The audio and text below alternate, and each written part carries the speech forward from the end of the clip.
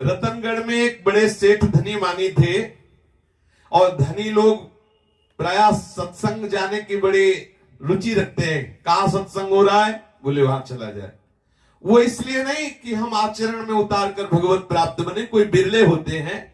दो भावनाएं होती है, एक तो दान पुण्य हो जाएगा तो कुछ पाप कटेंगे, और दूसरी बात ये छाप लगाने की कि तुम्हें क्या पता, हमने उन स्वामी राम सुखदास का सत्संग किया, हमने भाई जी का सत्संग किया, हमने राधा बाबा का सत्संग किया और आचरण में पाई भर भी परिवर्तन नहीं।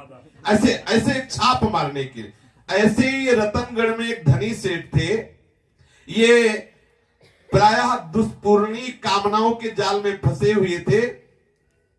चोरी, हिंसा, झूठ बोलना, दंभ, काम, क्रोध, गर्व, अहंकार, भेद बुद्धि, वैर, अविश्वास, स्पर्धा, लंपटता और सट्टा और अभिमान, ये 15 दोष जो भगवत विमुख धनी होते उनमें होते हैं।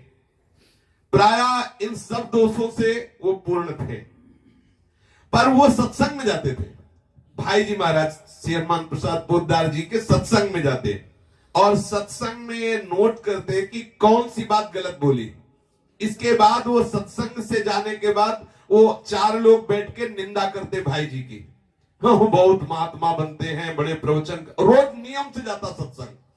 सत्संग में त्रुटि नहीं होगी, जाने में रोज सत्संग जाएंगे, लेकिन पेन कापी साथ होगी, वो सिद्धांत लिखने के लिए नहीं, कभी क्या बोली ये लिखने के लिए, और कौन सी त्रुटि है उसमें फिर निंदा और रोज निंदा करना।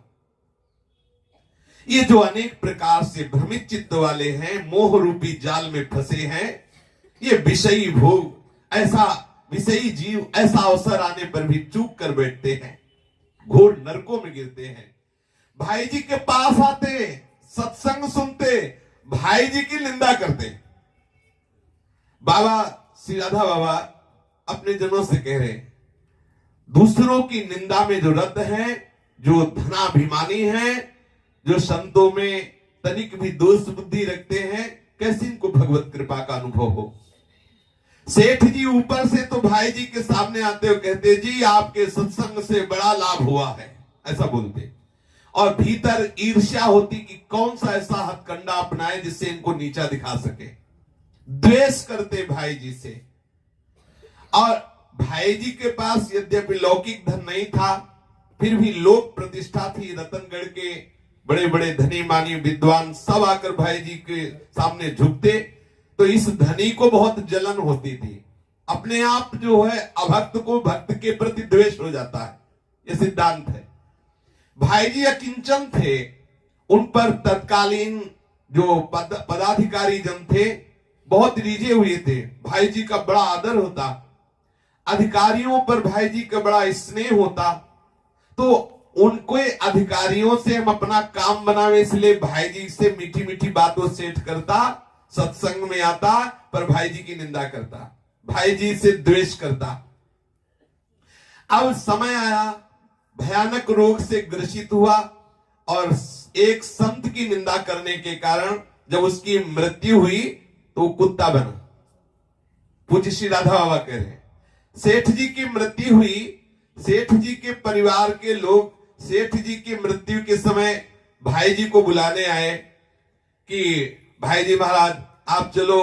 तो पता नहीं क्या ठाकुर जी का विधान कि भाई जी वहां ऐसा बहाना कर दिया, वहां नहीं गए। वो ठाकुर जी का विधान होता है। जो संतों से द्वेष करते हैं, भगवत भक्तों से द्वेष करते हैं, भक्तों की निंदा करते हैं, इन पापाचारी क्रूर कर्मी नराधमों को भगवान श्री कृष्ण कह रहे हैं, मैं आसुरी योनियों में बार बार पटकता हूं।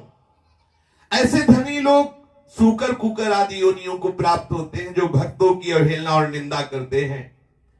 राधा बाबा बोले कि मैं ध्यान कक्ष में बैठा हुआ था, अचानक श्री कृष्ण प्रकट हुए और कहा, वो जो सेठ सत्संग में आता था, भाई जी की निंदा करता था, वो कुत्ते की योनि में जन्मा है, उसमें कुत्ता बने। मैं गया, श्री कृष्ण से पूछा कौन है इसमें सेठ, तो वो कू कू करके पिल्ला बोला। श्री कृष्ण ने कहा यही है, यही बाबा से बात कर। अब मैं जब उपासना कक्ष में बैठता तो उस पिल्ले की आवाज आती, कू कू कू। बहुत हमें अंदर से कष्ट होता कि किसी भी तरह से सही संत समागम में तो आया, उसकी ऐसी अधोगति कैसे हुई? भाई जी की निंदा के परिणाम स्वरूप इसे कुत्ते की योनि मिली। लेकिन क्या संत समागम, क्या किसी भी तरह से, भले किसी भी कैसे भी चिंतन तो बना उसका, भाई जी का, उसका कल्याण होना चाहिए। मेरे हृदय में बड़ी दया होती, प्रभु से प्रार्थना करता कि प्रभु इस दुर्गति से इस सेठ को मुक्त करो। लेकिन प्रभु से जब मैं ये कहता कि इस दुर्गति से इसको मुक्त करो, तो उनकी भौं चढ़ जाती और बोले कि मेरे भक्त से जो द्वेष करता है उसको मैं कभी क्षमा नहीं कर सकता। तुमने अम्बरीश की कथा सुनी है कि नहीं? राधा बाबा से श्री कृष्ण बोले, तुमने अम्बरीश की कथा सुनी कि नहीं? मेरे भक्त से जो द्वेष करता है उसको मैं कभी क्षमा नहीं कर सकता। मैं भक्त के अधीन हूं। सीधे साधे सरल भक्त मुझे अपने प्रेम में अधीन कर लेते हैं। फिर ऐसे जो मेरा यश गान करते हैं, जिन्होंने मेरे लिए संपूर्ण वृत्तियां समर्पित कर दी, ऐसे हनुमान प्रसाद पोद्दार की निंदा करता रहा है और इसका मैं उद्धार कर दूं? नहीं हो सकता। जानते हो मैं हनुमान प्रसाद के प्यार के अधीन हूं। राधा बाबा मैं जो पोद्दार कहेंगे वही मैं करूंगा। प्रभु ने ऐसा ही दुर्वासा जी से भी कहा कि मैं अम्बरीश जी के अधीन हूं, ये सुदर्शन चक्र मेरी आज्ञा से नहीं रुक सकता। भला बताओ, ऐसे निर्दोष अकारण हितु मेरा यश गाने वाले भक्त की निंदा करे, द्रोह करे, द्वेष करे और उसे मैं क्षमा कर दूं? मेरे शरणागत भक्त मुझ सर्व रक्षा सर्व समझ चाहेगा, मेरे भक्त को दंडित करेगा, द्वेष करेगा, अपराध करेगा और चैन से रहेगा? ऐसा नहीं हो सकता। ये धनाभिमानी एक नरक की तुच्छ जीव मेरे भक्त का अपराध करे, मेरे प्रेमी से द्वेष करे, अरे ये क्या साक्षात अर्धांगिनी लक्ष्मी भी हो तो भी मैं उसका तिरस्कार कर दूं। विनाश रहित लक्ष्मी का भी त्याग कर दूं यदि मेरे भक्त का अपराध कर दे। इसने इस भक्त राज का अपराध किया। स्त्री पुत्र गृह गुरुजन प्राण धन इहलोक परलोक सबका त्याग करके जो मेरे में आसक्त हैं, ऐसे मेरे प्राण प्यारे भक्तों की निंदा करे और फिर मैं उसे क्षमा कर दूं? ऐसा नहीं हो सकता। जैसे सती स्त्री अपने पातिव्रत से सदाचारी पति को वश में कर लेती है, वैसे ही जो पवित्र हृदय से मेरा चिंतन करता है वो भक्त मुझे अधीन कर लेता है। पोद्दार ने मुझे वश में कर लिया है। राधा बाबा से कहा कि ये मेरा हृदय है, सच्ची बात समझ लो, मैं इसके अंतःकरण में विराजमान हूं।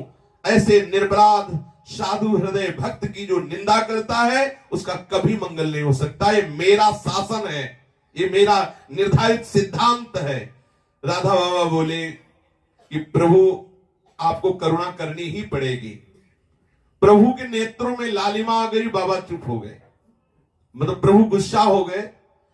अब भयंकर सर्दी का समय था और सर्दी के समय में भी रात्रि, कोई बोलने वाला नहीं। वो सेठ जी जो कुत्ता बने थे, कू कू कू ऐसे, बाबा नजदीक गए। बाबा ने देखा कि जब ज्यादा कू कू करता तो जो उसकी माँ कुतिया थी ना, वो अपने मुंह से भर के हिला देती है और ऐसे गुस्सा में ऐसे हिला दिया कर। बाबा ने कहा बड़ी दुर्दशा है। मन में आया कि अपना कम्बल उड़ा दूं, फिर विचार आया कि एक कम्बल है और गोरखपुर में कितने कुत्ते हैं, कितने कुतिया किस किस को उड़ाते घूमेंगे। अब वो फिर मन में सोचने लगे कि करूं क्या, सबका साधन है प्रभु, प्रभु से प्रार्थना करता हूं। लाल लाल आंख करके बोलते हैं ऐसे है भक्त द्रोही का मेरे द्वारा उद्धार नहीं हो सकता, फिर क्या करूं। एक दिवस बाबा बोले इस सेठ को पिल्ला ही बनना था, अब पिल्ला ही बनाना था। प्रभु श्री कृष्ण से कहा तो मेरी भजन कुटी के सामने क्यों बनाया, कहीं और दूर बनाते और मुझे ही दिखाया ध्यान में कि वही सेठ कुत्ता बनाया करके। आप मेरी दृष्टि पथ में क्यों लाए? यदि आप देखो ऊपर से भले नेत्र गर्मी दिखाओ लेकिन अंदर से आप इस पर करुणा करते हैं। अगर ना करते होते तो मेरे सामने क्यों जन्मता, बार बार मेरी दृष्टि में क्यों आता? इसमें आपका मंगल विधान है। आपको अब मेरी करुण प्रार्थना अनसुनी नहीं करनी होगी। देखो आपको दया करनी होगी, ये है। अगर द्रोह भी किया तो संतों का किया। देखो संत कैसे करुणा, प्रभु से हट कर गए, आपको कृपा करनी होगी। इसका उद्धार करना होगा। एक दिन इतना बाबा बोले तो प्रभु अंतर ध्यान हो गए। एक दिन सायंकाल वो सेठ जो पिल्ला बना हुआ था को कर रहा था, बाबा नजदीक गए और भाई जी को बुलाया। भाई जी से कहा कि आओ तुम्हें एक दृश्य दिखाते हैं। फिर उस पिल्ले को दिखाया। देख रहे हैं, रोज ध्यान में श्री कृष्ण आके बताते हैं ये वही सेठ पिल्ला है, ये वही सेठ है जो आपकी निंदा करता था। भाई जी, आप जैसे महापुरुषों का किसी भी तरह चिंतन करने वाले की ऐसी दुर्गति मुझे बर्दाश्त नहीं हो रही। मैं क्या कर सकता हूं? बार बार आपसे प्रार्थना करता हूं, बार बार श्री कृष्ण से प्रार्थना करता हूं। कुछ काल पहले इसकी मृत्यु हुई थी, कुत्ते की योनि में आ गया है। यह कारण निंदा करने के कारण भटक गया। भाई जी, आप जैसे महापुरुषों के लिए निंदा स्तुति दोनों समान है। जब दोनों समान है, स्तुति करने वाले का परम मंगल होगा और निंदा करने वाले को कुत्ते की योनि, मुझे लगता है उसका भी परम मंगल होना चाहिए, क्योंकि दोनों समान है आपके लिए। निंदा के रूप में ही से इसने आपका चिंतन तो किया। आपका चिंतन स्मरण करने से इसे कुत्ते की योनि में जो पड़ा हुआ उद्धार होना चाहिए। भाई जी, मैंने आपके ही मुख से एक दोहा सुना था, धनी के द्वारे पड़े रहो, धनी की ठोकर खाए, कबहुक धनी निवाजी है जो द्वार छाड़ नहीं जाए। देखो, आपके दरवाजे में कुत्ता बना हुआ है, अब आप कृपा कीजिए। भाई जी, आप कृपा करके आपके द्वार पर कुत्ते के पिल्ले के रूप में सेठ पड़ा है, इसको सदगति मिलनी ही चाहिए। अड़ गए बाबा, ये देखो संतों की कृपा है। आप जब तक कृपा नहीं करेंगे तब तक मैंने देख लिया कि विश्व की कोई शक्ति इसकी दुर्गति से इसकी रक्षा नहीं कर सकती, क्योंकि मैं सबसे परम शक्ति प्रभु से बात करके देखा। ये न जाने कितने कल्पों तक सुअर कुत्ता और न जाने कैसी कैसी योनियों में जाएगा और भोगता रहेगा, इसकी दुर्गति समाप्त नहीं होगी। मैंने ध्यान के द्वारा देखा। यदि कोई स्वाभाविक कर्म बिगड़ जाए और कुत्ता बने तो वो अधोगति से ऊपर उठता है, लेकिन ये भक्त अपराध के कारण कुत्ता बना, यानी अनेकों कल्पों तक ऐसे ही नाना प्रकार की नीच योनियों में जाता रहेगा, कभी मुक्त नहीं होगा। आप कृपा कर दो भाई जी, आप ही इसके अपराध को क्षमा कर इस अधम जीव को अपार दुख राशि से मुक्त कर सकते हैं। ये दूसरे कुत्ते तो अपने कर्म भोग करके उत्तम गति को प्राप्त होंगे, परंतु ये सेठ अपने प्रयास से महत्जन अपराध के कारण कभी त्राण नहीं पा सकता। इसलिए मेरा हृदय जल रहा है, आप करुणा करें, इसकी अधोगति से इसको बचा लें। भाई जी मेरी बात सुनकर मुस्कुराए। उन्होंने बड़े प्यार से वहां ऐसे रज लगा के हाथ मटिया रहे थे, वो दोनों हाथ बाबा के कंधे पे रखे, बोले स्वामी जी जिस पर आप इतने कृपाल हो उसकी दुर्गति कैसे हो सकती है? और फिर आप इतने निष्ठुर मुझे मत समझिए। आप और मैं दो नहीं हैं। आपने जब इसे उद्धार की बात मन में सोच ही ली, उद्धार करने का विचार आ ही गया, तो अब इसको कैसे कोई दुर्गति में देख सकता? निश्चित इसका परम कल्याण होगा। आपने क्षमा कर दिया, यहां से क्षमा हो गया। देखिए, इस सेठ को इस मेरी निंदा करने के कारण ये फल मिला, तो आपकी कृपा का फल अभी आप देख लीजिए। ये बिना साधन के सीधे भगवान की लीला में प्रवेश करेगा। भाई जी ने कहा, आपके रोज देखने का फल, रोज आपके हृदय में जलन होने का फल, किसका कैसे कल्याण हो, कल्याण ही नहीं, ये सीधा प्रभु की लीला में जाएगा। बस इसका ये इस सृष्टि में अंतिम समय है, बिल्कुल अंतिम। आपका चिंतन बन गया, आपने इसके लिए चिंतन किया। अब ये अनंत कल्पों से जो जन्मता मरता चला रहा है, इसका बंद हो गया। 4 दिन बाद इसकी मृत्यु होगी। चौथे दिन शरीर छूटते ही ये सीधे भगवत धाम में जाएगा और आपके चिंतन के प्रभाव से लीला में प्रवेश कर जाएगा। पुनः इस सृष्टि में ये जन्म मरणों में नहीं आएगा। राधा बाबा आश्चर्यचकित हो गए, आंखों में आंसू बहने लगे कि भाई जी महाराज इतने करुणा में अपनी निंदा करने वाले को अत्यंत दुर्लभ सीधे लीला में प्रवेश। आहा। भाई जी ने कहा, एक बात करना, इसके सेठ के परिवार को सूचना मत दे देना कि इसका जो बाप है वो कुत्ता बना या पिल्ला बना है, ना ये सूचना दे देना कि इसको कुत्ते की योनि से सीधे लीला में प्रवेश हो रहा है। ये बात बिल्कुल हमारी और आप तक रहनी चाहिए और इस भजन कक्ष के बाहर ये बात नहीं जानी चाहिए। श्री भाई जी की महानुभावता देखकर राधा बाबा द्रवित चित्त हो गए और मन ही मन सोचने लगे कि भगवान के प्रेमी जनों का कितना अद्भुत करुणा में हृदय होता है, कितना अद्भुत प्रभाव होता है। धीरे से भाई जी की चरण रज लेकर वो देख ना पावे ऐसे माथे पे लगाने लगे। मन तो आया कि लौट जाऊं चरण पकड़ के, फिर लगा कि अभी डांटने लगेगी कि क्या नया नाटक शुरू कर दिया बाबा। ऐसे भावावेश को बाबा रोके क्यों हो, ऐसे नीच को सीधे लीला में प्रवेश। आहा, बस नीचे मुख किए हुए अपने भजन कुटी में आ गए और बाबा भाई जी की विषय हम सोचते रहे कि प्रभु का प्रेमी कितना करुणामय होता है। जिन प्रभु के प्रेमी भक्तों का ऐसा परम मंगलमय स्वभाव है, सोचो उन प्रभु का कितना करुणामय स्वभाव होगा। तनिक विचार तो करिए, जो भक्तों का अपराध करते हैं, भक्त उनको अपना परम धाम, अपना लक्ष्य प्रभु की लीला प्रदान कर देते हैं। इसलिए भक्तों की समानता कौन कर सकता है।